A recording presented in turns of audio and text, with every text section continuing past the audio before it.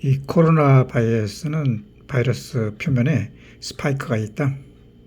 이 스파이크를 잘 막아주면 코로나를 예방할 수가 있는데, 이 스파이크를 만드는 지인이 그 DNA 속에 있다.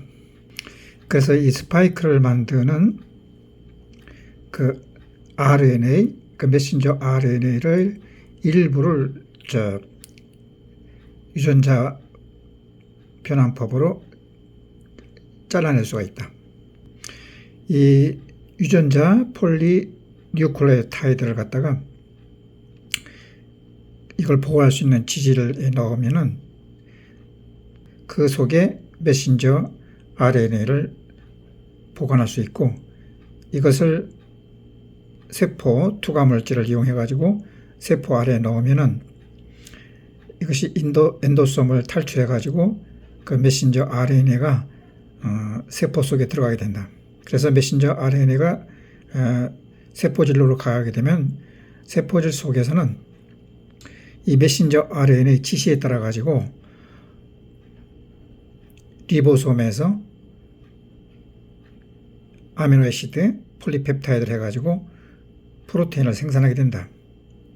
이 프로테인은 그 바이러스의 스파이크 프로테인이기 때문에 이것이 결국 스파이크를 만드는 것이 되는데, 이 새로운 숙주에서는 이것이 이물질이니까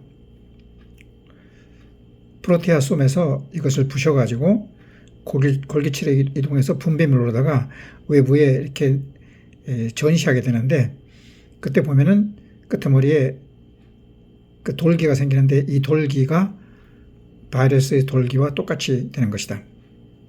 그러면 순찰하던 T셀들이 이 돌기를 발견해가지고 이 돌기가 있는 것이 내 몸에서 나온 것이 아니니까 그걸 공격할 수도 있겠지만은 B셀에 연락해가지고 엔티바디를 생성해가지고 이런 돌기를 가진 바이러스가 들어올 때 공격하도록 그 기억하게 하는 것이 화이자 mRNA 백신의 요점인데, 그래서 이제 바이러스 공격에 대비하기 위해서 뭐 필링, 휘버라든가 칠링, 포티그, 헤데이크, 에데마 등이 나타날 수가 있는데, 이것은 대항하기 위한 준비 부작용이라고 볼 수는 되겠다.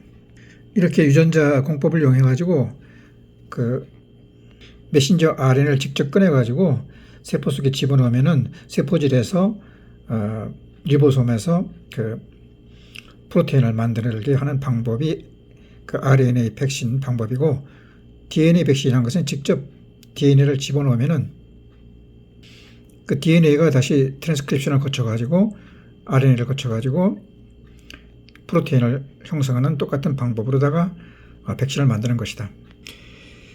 그 B형 간염이라는 것도 역시 마찬가지로 바이러스의 스파이크, 그 스파이크를 만드는 유전자만을, 그 스파이크라는 프로테인을 만드는 유전자만을 똑 떼내가지고 이콜라이나 효모에서 얼마든지 그 프로테인, 그 스파이크를 만들 수가 있다. 이런 스파이크는 엔티젠으로 몸에 들어오면은 B셀에서 이것을 대항해가지고 그 엔티바디를 만들게 되는 것이다.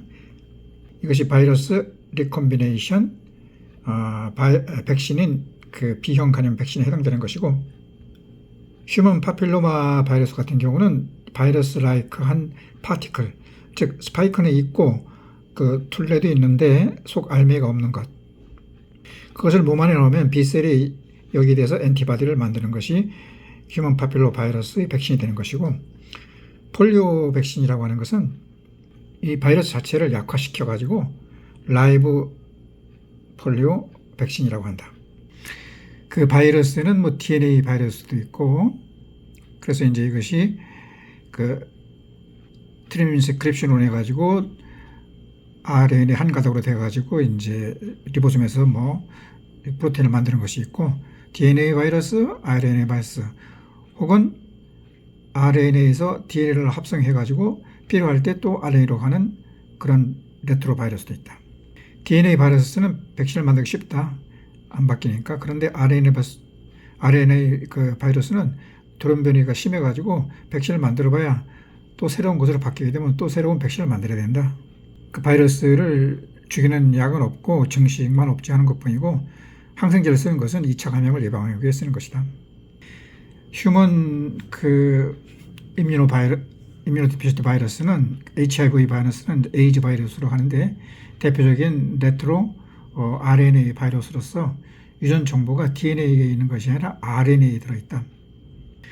이것이 이제 사람 몸에 들어오면 그 인간 셀에 침투해가지고 HIV가 셀에 침투해가지고 자기 RNA를 갖다가 세포질에 배출하게 되면은 리버스 트랜스크립테이즈 역전사 효소가 그 RNA를 갖다 DNA로 복제본을 만든다. 그러면 이 만들어진 DNA 복제본은 HIV DNA 복제본이라고 해가지고 이것이 숙주에 있는 DNA와 통합이 되어버린다. 그래서 숙주 DNA가 이걸 그냥 관용하게 받아들이는 것이 되는 건데, 그랬다가 숙주가 분할할 때마다 자기도 동시에 분할하기 때문에 항상 몸 안에 이렇게 이것이 존재하게 된다. 그래서 HIV DNA는 잠재할 때 비활동으로 있을 때는 해롭지 않지만 활동할 때는 예를 들어 뭐 이 사람의 면역력이 떨어졌을 때 DNA 그 HIV DNA가 HIV RN 복제물을 생산하고 그 숙주의 기능을 점령을 해가지고 이 HIV RNA 복제물이 생산됐는데 이것이 주변 다른 세포로 침투해가지고 점점 많아지는 것이다. 지방 스템셀은 뭐 혈액에 많다고 하는데, 물론 제일 많은 데가 이제 지방 조직이지만 지방 조직에서 약 100cc를 뽑아가지고 콜라겐에이즈를 투입해가지고 세척, 필터링, 원심 분리 그리고 여러 가지 약물을 써가지고 지방 스템셀을 만들 것 같으면은 얘들의 특징이 손상된 곳을 스스로 혈관을 통해 찾아가는 것이 있고, 그 엑소존 면역을 떨어뜨려 가지고 피부 알레르기라든가 이런 것을 좀 떨어뜨리는 수도 있다. 센트리퓨즈 했을 때는 스트로멀 베스큘러 프랙션 기질 혈관 분액이라고 해가지고 그 속에는 여러 가지가 섞여 있다. 그 중에서 꼭 필요한 그 티슈 어덜트 스템셀, 즉 아디포스 드라이브드 스템셀, 지방 그 유래한 그 스템셀을 뽑아내는 그 방법은, 이것을 많이 쓰는 이유는 본멜에서 채취한 것보다도 양이 1000배나 많기 때문에 그 지방 흡입을 100cc를 해가지고 쓰는 것인데, 반드시 뭐 지방세포라든가 연골세포든가 근육이든가 뭐 골모세포 등이 분화가 잘 돼야 되는 것이고, 그리고 해로운 다른 단백질은 있어서는 안 되며 배양, 증식, 분화 유도 이렇게 해가지고 여러 가지 항원 처립 등등을 해가지고 이것을 만들면은 이것이 이 혈관의 내피의 베스큘러 엔도텔리얼 그로스 팩터를 분비해가지고 엔지오제네시스 혈관을 재생하게 해서 방사선 치료 같은 거엔 부작용을 줄일 수가 있고, 크론즈 휘스톨라 같은 염증을 이렇게 회복시켜주고, 그 다음에 미용 목적으로다가 조직이 결핍된 것에 자가 대체물로 이렇게 부작용이 없는 것으로 대체될 수가 있다는 것이다. 보통 그 바이오 제약의 SVF 추출 키트는 뭐 50만 원 등등이 있다.